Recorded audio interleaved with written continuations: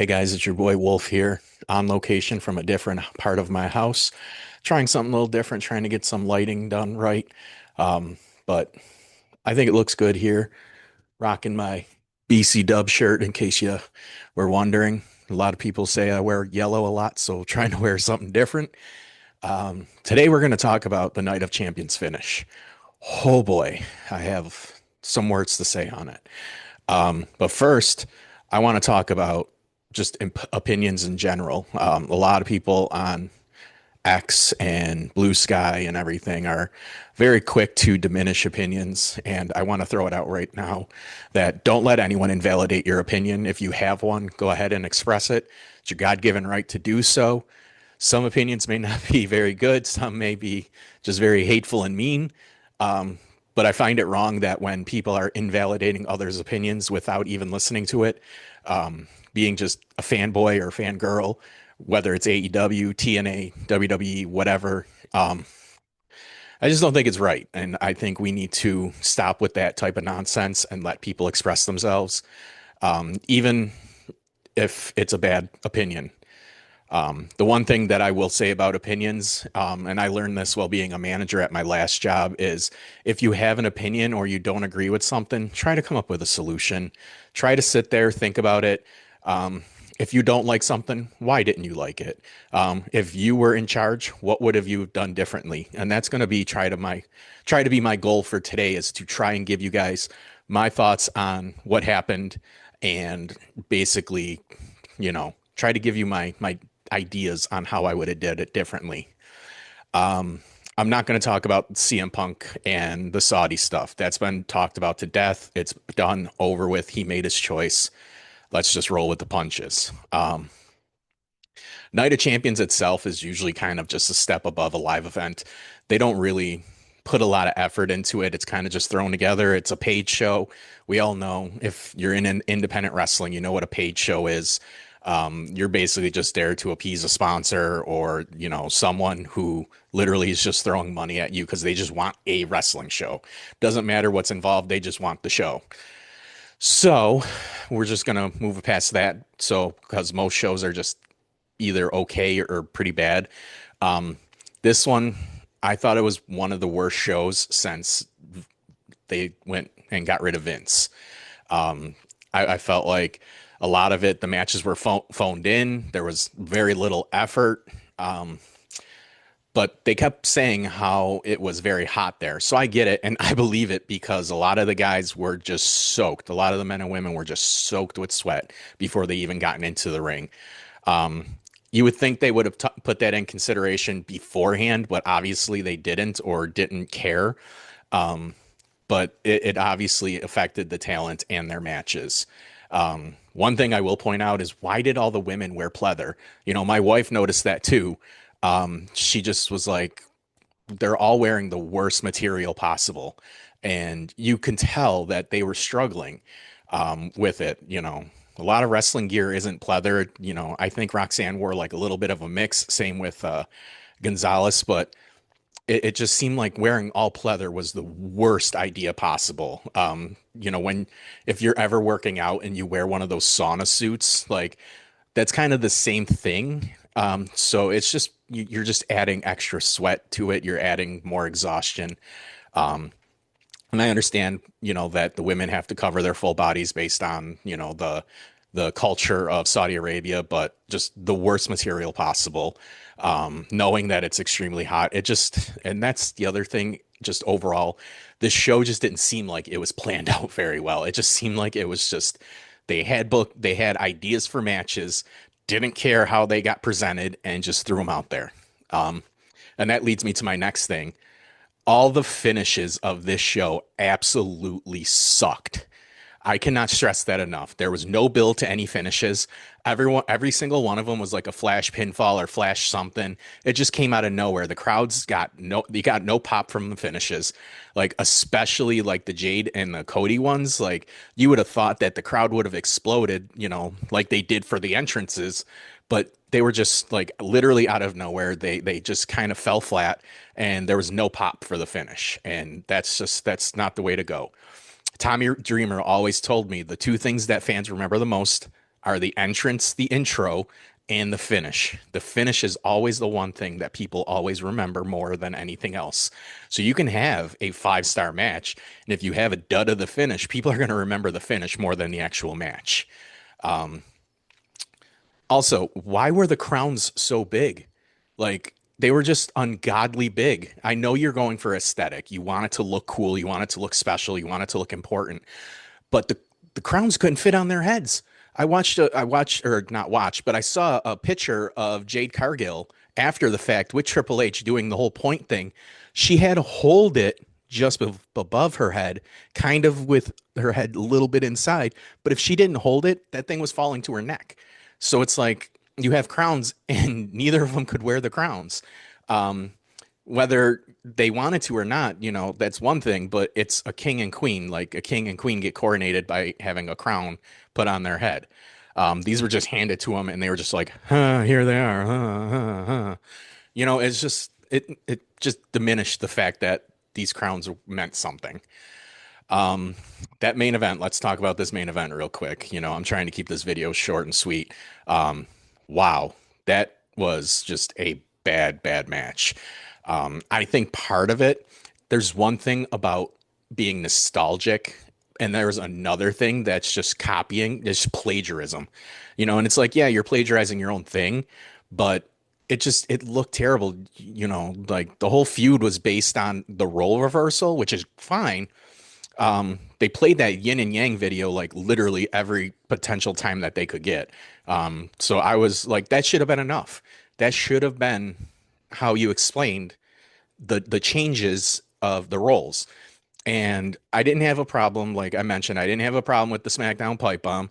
But that was a callback. It got a little too copying of CM Punk's. They made the subtle differences that actually made it worse. But overall, like this just felt like they were just copying everything that they did back in 2011. Except they're older, they're slower, and it was 1,000 degrees in there because CM Punk, as soon as he got in the ring and sat down cross-legged, he was gasping for air, and so you could tell right away this was not going to go well. Um, the match itself was all right. It was nothing special. Again, a lot of callbacks, a lot of copying of the last one, but man, let's talk about Seth Rollins too. Why did he come out when he did? Was he going to cash in his little 2000s flame suit? I'm glad that he's not wearing outrageous, stupid stuff, but that that that suit was not very good either. But then he started taking it off and was going to like he acted like he was going to cash in, which I get another call back to when he did it because they mentioned how the last time he cashed in, making a match a 3-way. But as I remember that match, both men were pretty much out of it. He came in when they were both down and out, and it was kind of a quick, he made it a 3-way. Then I think he hit Roman with a curb stomp, pin, 1, 2, 3, out of the ring, celebrating. Um, this one, there was already a ref bump, so there was no real ref. Um, I don't think the ref came out with him. I think they're, and so it was bad optics. Again, they did it just because they had no way to get themselves out of the ref bump to the finish, without doing the same thing every 600 times that they've done it, even though they end up doing a low blow again. But that's the problem that I'm having with them a lot is they're calling back a lot of stuff, but it's to the point where it's literally the same thing they did 10 years ago. Um, and also just it's just it again, it doesn't make sense. It's just they want to do something, they want to have two guys face each other, but they don't care how it's built up to that point, because they think the match itself's going to sell. And of course CM Punk and John Cena sells, but it got to a point where everything was doing the same exact thing. I think they were just hoping that the new audience either didn't know, didn't care, or were just excited to see the two face off against each other. Either way, it just was too much. There was a big clusterfuck, which I expected. Every one of Cena's matches, big matches, have always ended like that. Again, no R-Truth, but whatever. I've given up on that. It seems like they're moving over to Aleister Black, which again, whatever. they have obviously given up on the Ron Killings project already. Um, he would have been good to show up during this. I figured he would be part of it, but he didn't even show. I don't even think he was there, which again, it is what it is. But here's the thing. Having Seth come out, having his whole crew come out, and it made no sense at the time he came out. I thought the Charles Robinson bump was great. I had my mom actually text me, and she's not a wrestling fan. She don't watch wrestling, but she texted me after and asked me if I knew anything about John Cena killing Charles Robinson, and I had to tell her no, that's a joke. It was part of the show, and she was just like, "Oh, you know." And I was like, well, how did you even hear about it? She's like, oh, I read something online. And I was like, okay, well, don't believe everything you read on the internet. But I thought that was interesting. So that was really the highlight of the show. I thought that was a great callback, having Charles Robinson just sprint down to the ring only for the difference to be Cena actually taking him out. Um, I think they could have went that way. You know, if you wanted to do the callbacks, you wanted to do like some of that nostalgic stuff, then you should have done it, but differently. Like you have little changes in it. There was really no changes to any of this other than that and Cena doing some heel stuff. And even then, you know, he was getting cheered because of Friday where he did the pipe bomb and everyone loved it. And then, you know, CM Punk kind of redeemed himself with apologizing and that rap thing that he did, which I didn't think was very good. But I get why they did it. Um, and here's the thing too, is I've been reading how Triple H is trying to punish CM Punk by making him do ridiculous things. Um, and you know, one of the things, you know, he was going to Saudi Arabia, but he didn't look really strong going into it. And he was doing a lot of like really weird things that didn't really doesn't really fit his gimmick. Like I know he did the Jeff Hardy thing, but he only dressed up like him, came out. He didn't do like the whole like promo style. He didn't do any type of stuff. Like he came out like, which is I thought that was fine, but when he started trying to rap, I was like, oh no. Oh no. He should have just came out and cut a regular promo about how Cena used to be like this. This was his toughness. This was his aggression. This was his style. And he got soft and now he's trying to reclaim it, but he's still the same old soft Cena. You know, there could have been things like that, but he really just kind of played a doofus. You know, that's pretty much all it is. He looked like a doofus. He acted like a doofus. It just I think because it was in Saudi Arabia, it went over better than it would have in America. Um, and so, but I don't know what's going on backstage, so I don't really know what has happened, what's going on, and everything like that. One other thing I want to mention about the main event was the Penta slow walk. I don't know if he came out too early, if you know they triggered his music too fast, but man, what the hell was that? That was kind of just out of control. So those are my real thoughts on this Night of Champions. I didn't want to focus on any one match, um, you know, other than I also wanted to add because this isn't in my notes that I took is, you know, Karrion Cross is probably going to go back to the Abyss as well. You know, I thought he had a pretty decent match with Sami Zayn. I thought that was the best match of the night. Um, and but I feel like him taking the job already is going to end his push. He's going to go back and probably do his usual, you know, 30-second like get into someone's head type thing. But maybe this isn't the end. Maybe they're going to keep going with Sammy for a bit. I'd like to see that. I think the two have great chemistry, but who knows with any of that? I honestly I just don't know what WWE is doing at this point. It seems like they're just throwing stuff against the wall, hoping it sticks, or they're not even planning things out. They're just saying like, we want Carrion, we want Sammy together. How do we get them there? We'll figure it out later. We'll figure it out. It seems like they're crash booking again. It seems like that they want two people to feud. They want two people to have a match, and they're coming up with the ideas the day of the show. I don't know what's really happening backstage. I don't know any of that stuff. I try not to get too involved in listening to that stuff. Um, I just feel like there could have been better things that they did here. Um, I would have even had, you know, Naomi involved in the women's king Queen of the Ring. Um, and so yeah, but I wanted to keep track too of, what I said in the AAA and Money in the Bank preview show, how I felt like a double turn was gonna, or not a double turn, a double transition is gonna happen. Originally, I said CM Punk.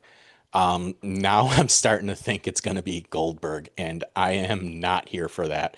The whole Goldberg thing is just that literally shows you what they're doing in terms of feuds, angles, and setting up matches. They're just throwing it out. They're just boof. There it is. Like we got the match. Well, why are they doing it? Don't matter. We'll figure it out later.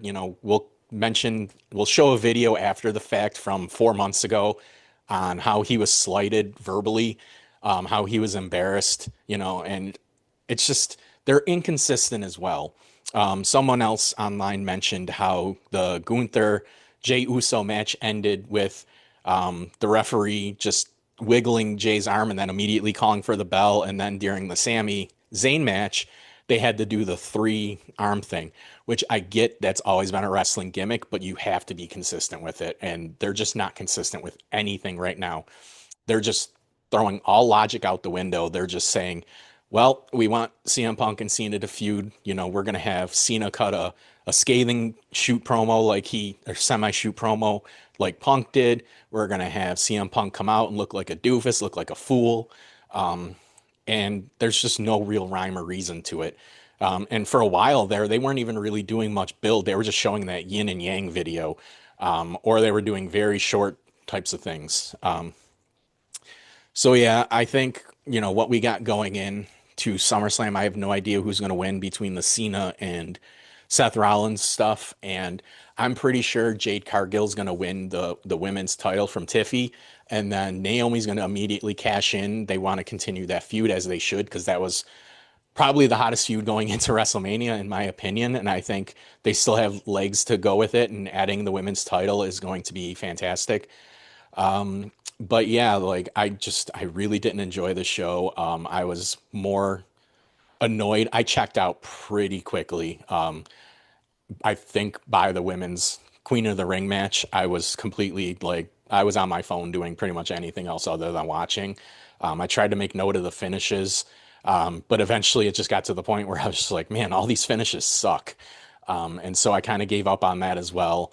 I paid attention to the main event, especially once everyone started getting involved. I knew the result was never in doubt. Cena's not done yet as champion. I just didn't know how they were going to do it, or if like there was going to be a reason for Punk to somewhat keep the feud going. It seems like they're not like doing any long-term feuds with Cena. They're basically just doing one-offs each month. The Cody one is kind of coming back around, but he was gone for a couple of those months, so he wasn't really part of anything, and now he's coming back in. So it's just they're not doing any long-term booking. That's for damn sure. They might have an end game on how Cena's going to lose and to who, but they're not planning anything in between. That's very obvious. I think the best thing for them would have been to keep the Punk Cena thing going a little longer. Punk mentioned the Summer of Punk happening again, and if they were going to do a callback, then pretty much Cena Punk was throughout the whole summer that year. But obviously they have to introduce Cody back into it.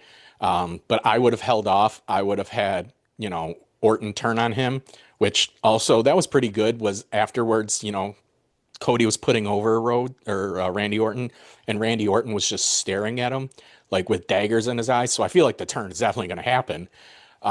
When and where, who knows? But I would have liked to seen him turn right there. Just kind of come back to the ring, maybe shake his hand, and then suddenly just RKO him out of nowhere and just kind of stare at the crown and just walk away.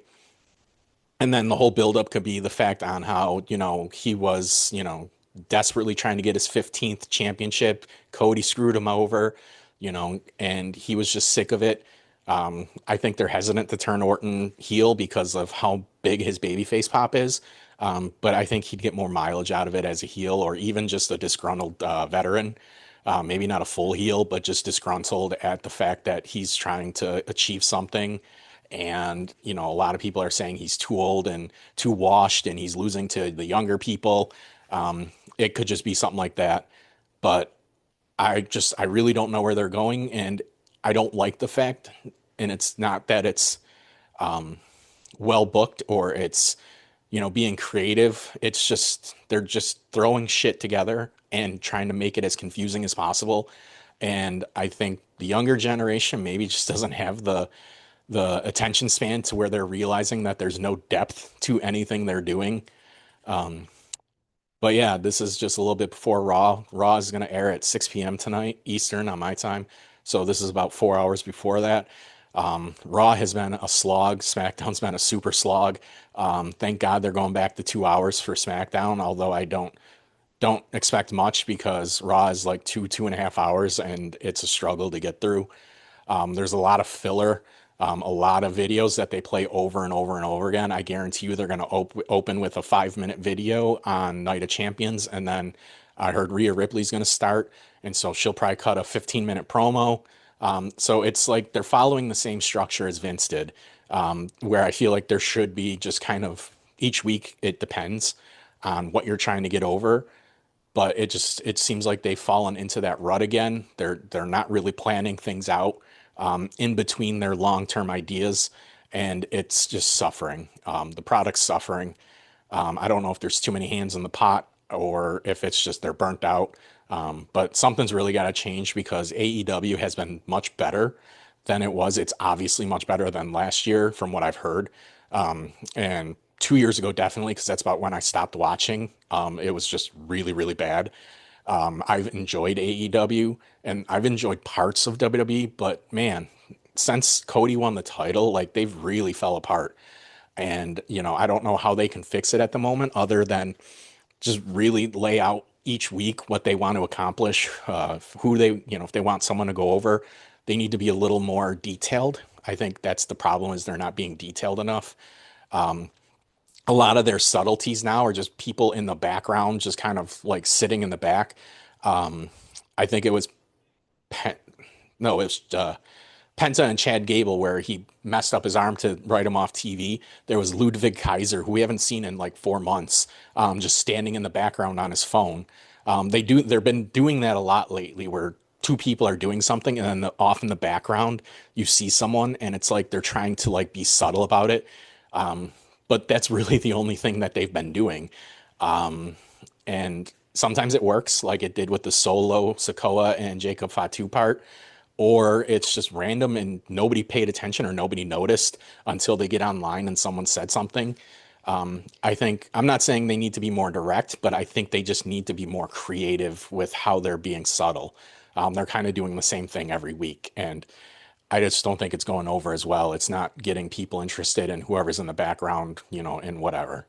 So, with that said, I hope Raw is better today. I hope everything goes well. I'm going to end this with a note that the interview I had planned, we had some technical difficulties. Things didn't go through as planned. I have another chance to interview Dr. Red Roberts on Saturday. I hope that goes well. So I'm going to end here with a little preview by showing you guys a little clip of Red Roberts with Gordon Soley. Gordon Soley, one of the greatest announcers of all time. So this just shows that he's worked with a lot of really good people. And in the interview, I have another clip that I'll show that we'll talk about with Dr. Roberts. And so hopefully that interview goes off without a hitch, and next Monday I can post that for you. I'll be back later in the week with another video, but until then, take care. Have a great day. And I must say this, I've checked his qualifications. You are indeed a qualified psychoanalyst. To be able to reach deep into the depths, Gordon Soley, of the subconscious of my opponents is truly a rare talent. One, of course, that only Dr. Red Roberts possesses.